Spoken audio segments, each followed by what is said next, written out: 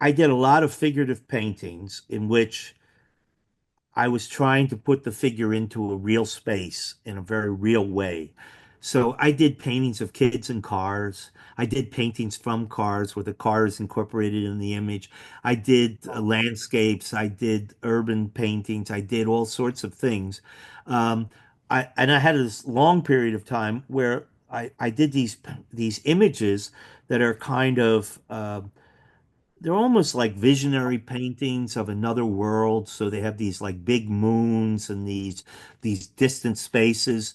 So I sort of divide the imagery in times. Sometimes it's like I have kind of images that are kind of dream based because I'm not someone who remembers dreams, but when I start to paint, I find the image in the painting of that was a dream, if that makes any sense. And uh, I I have a I'm in the process, as I said, of updating my website, and I had this phrase put on the website. Like I had this guy who is doing the website for me, and the phrase is, "I prefer to find than to follow."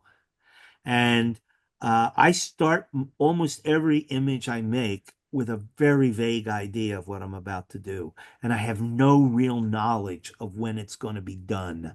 And in that sense, it's so different than what Neil Welliver or Alex Katz would have taught me, which was that you form this image in your mind and you move towards that conclusion. I find the answer in the process of the painting.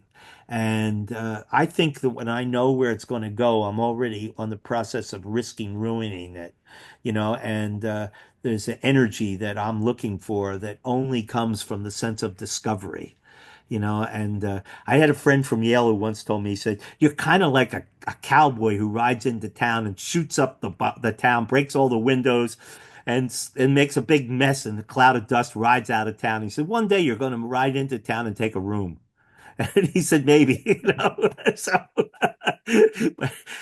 because it was kind of I was always kind of exploring the edges of things, and um, I have this great fascination with things that I don't I had the great treat. Not it's a wrong word, but I I was attracted to new kids at school, somebody who came in that nobody knew. That seemed like, my wife was a new student to my school, didn't know anybody. It was my great opportunity because I didn't have a reputation, because other kids saw me as a kind of a frightening person because I was so focused. I had this in graduate school, students used to say, "I didn't want to talk to you because I was afraid you would tell me to quit school and go to hell home." Or something like that. So anyway, I made friends in what would have been eighth grade with this kid who had come from his parents. I went to his house, and his mother looked like Zsa Zsa Gabor, and she had this really cool European accent. And his father was this really sharp dresser, bull of a guy, and he had this really interesting accent. Well, his parents were concentration camp survivors, and I was always around the house, and they told me all kinds of interesting things, but they taught me so much about living and what they had been through. And I found them to be fascinating influences, and through them I met a whole lot of people in the family, and all of them had a different story. And so, I was the guy that they used at times when there would be a bar mitzvah or something. I would drive people around, and they trusted me to be, I could be they had no trouble with me being in close. And uh, his father, Roman, became a big builder. He had started out building garden apartments, two-story, three-story buildings. And at the end, he was building 18-story buildings with 180 apartments in them. And he was the most successful and most dynamic, the snappiest dresser. This was a guy who really had, quality to him. And he made a bad investment and he built a condominium and it didn't sell. It was not in a market that condominiums were common, and he couldn't get the other people to sell back to him. So it started a domino effect, and he lost. building after building after building to the banks. And I saw the last time I ever saw him, I I saw him and I said, Roman, you look pretty good. He says, well, why shouldn't I? I said, well, I hear you've had some hard times.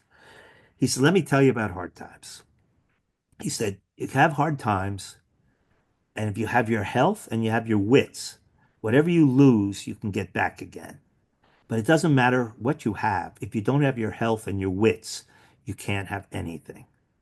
And it was the best piece of advice, parting words, you know. So I knew him and I really loved those people for what they taught me. And then I worked in a frame shop when I was really hard up for money. They used to let me drive the delivery truck to the nice neighborhoods on the main line where the wasp ball lived because I had a college education and I wouldn't be crude, I guess. And the guy who taught me how to gold leaf, and there's a lot of gold leafing in my work, and his name was Hyman, and he was a survivor in the concentration camps. And he said, I was taught by my father to be a picture frame maker. And he said, the Germans found out that I could make picture frames.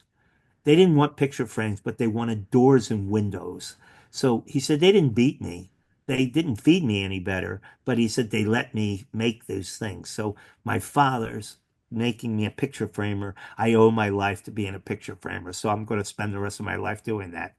And so he taught me. And then when I was in Venezuela, I worked. One of the things I had to do for my Fulbright was I had to do something to the public, you know. So one day a week, I would go to the Museum of Contemporary Art, and I would teach workshops for the people.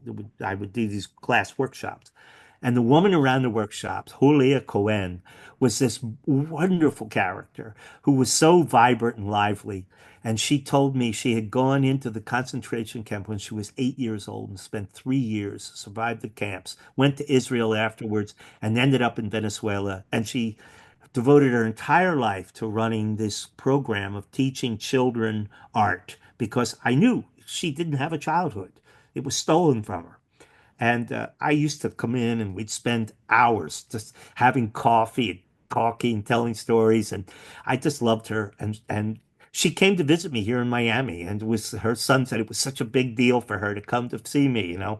And I've had these people who have been through extraordinary things, who have opened my eyes to possibilities in the art world that I hadn't really thought about, you know, and I value those experiences. And I was just attracted to them, not knowing what they were or who they were or what their back was, but there was always this wonderful backstory that they had to share, which, when I say wonderful, it was interesting. And I was fortunate enough to be able to hear it and to know them. And I think they had something to do with shaping who I am and what I do.